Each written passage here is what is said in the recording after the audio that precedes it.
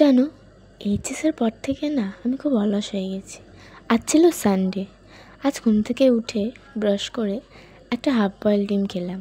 আমার ফুল বয়েল ডিম একদম ভালো লাগে না। তোমাদের কাদের কাদের আমার মতন হাফ বয়েল ডিম খেতে ভালো লাগে জানিও কিন্তু। এরপর কিছুক্ষণ পর আমি ব্রেকফাস্ট করে নিলাম। ব্রেকফাস্টে ছিল ঘুগনি আর মুড়ি। শসা পেঁয়াজ আর লঙ্কা কুচি দিয়ে খেতে আমার বেশ ভালোই লাগে।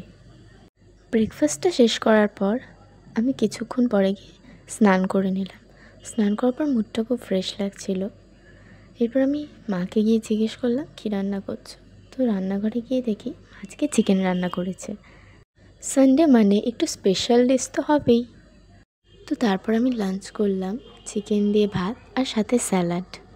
খুব বেশি রিচ আমি খেতে পারি না একদমই, তাই আমার মা খুব অল্প তেলেই রান্নাটা করেছিল। খুব দারুণ হয়েছিল আজকে খাবারটা। চিকেন কষা দিয়ে ভাত লেবু মেখে কিন্তু দারুণ খেতে লাগে। বাড়িতে যখনই চিকেন কষা হবে আমাকে লেগ পিসটা দিতেই হবে। লেগ পিস আমার অল টাইম ফেভারিট। তো এরপর আমি লাঞ্চ শেষ করে ছাদে চলে গেছিলাম।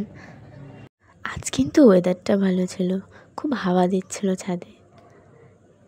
একটু বিকাল হয়ে গেলে ছাদে কিন্তু সময় কাটাতে বেশ ভালোই লাগে।